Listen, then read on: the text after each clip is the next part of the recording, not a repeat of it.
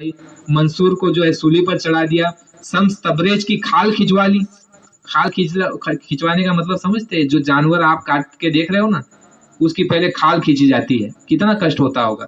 ऐसे महापुरुषों की, महात्माओं के साथ ये व्यवहार हमने और आपने किया, दुनिया वालों ने किया, जिनके लिए महात्माओं ने जो है कष्ट उठाया और उन्हीं ने उनको कष्ट दिया।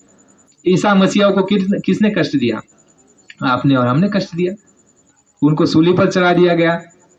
तो इस तरह से महात्मा जो है बड़े दयालु होते हैं, उदार होते हैं, और वो जीवों का कल्याण और भला चाहते हैं, आपको सुख और आपको जो है शांति और आपको चैन और आपको अमन और आपको समृद्धि और आपको खुशहाली वो महात्मा चाहते हैं। लेकिन उसके लिए एक नियम है कि उनकी छत्र छाया में आना पड़ेगा, उनके वचनों को मानना पड़ेगा, उनकी बात पर उन पर विश्वास करना पड़ेगा।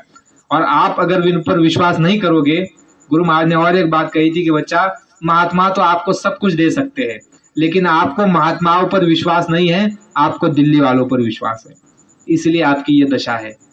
इसलिए आप महात्माओं पर विश्वास करके देख लीजिए, स्वर्ण युग आएगा, लेकिन केवल विश्वास से। इसलिए प्रेमियों, गुरु महाराज के साथ बहुत बड़ा मतलब षड्यंत्र किए गए, बहुत कष्ट स्वामी जी महाराज ने सहा है।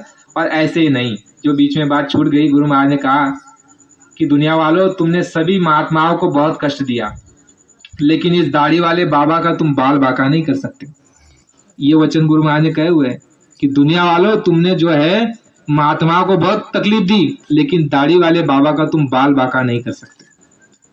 फिर एक जगह कहा कि बच्चों, पीछे के राजनेताओं ने मुझे आजमा करके देखा है, पीछे के राजनेताओं ने मुझको आजमा करके देखा है, इसलिए तुम मेरी ओर से निश्चिंत रहो। जब तक सतयुग धरा पर नहीं आ जाता, तब तक मैं जाने वाला नहीं हूं, चाहे मुझे 400 साल रहना क्यों ना पड़े। जय गुरुदेव।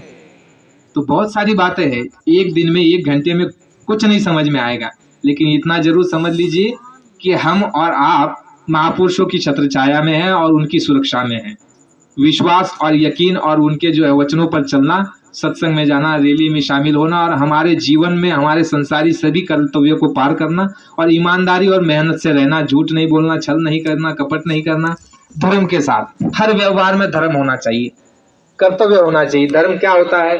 देखिए, ये बहन है, ये बहन का अपने माँ बाप के प्रति एक धर्म है, भाई के प्रति एक धर्म है, एक स्त्री है ब्याही हुई, शादी जिसकी हो चुकी है, उसका अपने पति के प्रति एक धर्म है।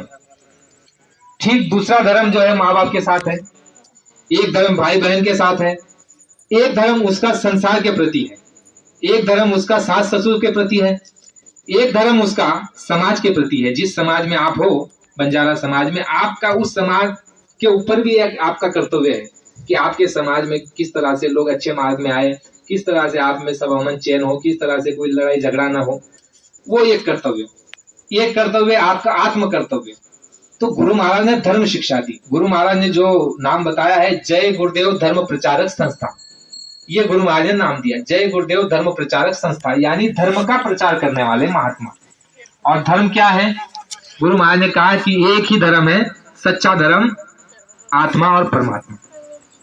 तो ये सारी शिक्षा गुरु महाराज देते हैं, जिसमें किसी को कोई हानि नहीं, कोई परेशानी नहीं, कोई तकलीफ नहीं। और ये सारी शिक्षा को जो लेता है, वह जो है अपने अस्तित्व की ओर लौटता है, अपनी पहचान की ओर, जिस पहचान को हम खो चुके हैं कि हम कौन हैं। लेकिन जब उनके वचनों पर चलने लग जाते हैं, जब उनकी बात को मानने लग जाते हैं, जब विश्वास और यकीन करने लग जाते हैं, जब सभी कर्तव्यों का निर्वाह करने लग जाते हैं, उस समय पर हम अपने अस्तित्व की ओर लौटने लग जाते हैं। फिर हम ये नहीं कहते कि हम ये शरीर है। वो आग बंद करके देखता है, कहता है कि मैं आत्मा हूं, और इतना आनंद स्वरूप है, वो कहता है कि अहम ब्रह्मास्मि। गुरु महाराज ने कहा कि उसमें इतना आनंद है कि जो आत्म साक्षात्कार कर लेता है, उसको संसार अच्छा नहीं लगता। वो एक कोने में और किनारे में और जंगल में जाकर के जो है गिरी कंदरा में बैठ करके जो है आंखें बंद करके जो है हमेशा ऐसे रहेगा, क्योंकि इतना अंदर आनंद है। क्यों आनंद है? क्योंकि वो परमात्मा आनंद स्वरूप है, और उस परमात्मा के अंश आप हो। तो परमात्मा आनंद स्वरूप है और परमात्मा के अंश आप हो, तो आप दुख स्वरूप कैसे होंगे? आप दुखी कैसे होंगे? गुरु महाराज ने कहा कि ईश्वर अंश जीव अविनाशी, चेतन अमल सहज सुख राशि। तुम्हारी राशि सुख की है, दुख की नहीं है। ईश्वर अंश जीव अविनाशी, ईश्वर का अंश हो तुम, अविनाशी हो तुम, ईश्वर अंश जीव अविनाशी चेतन अमर सहज सुख राशि। तुम सुख के भंडार हो, लेकिन दुख क्यों है?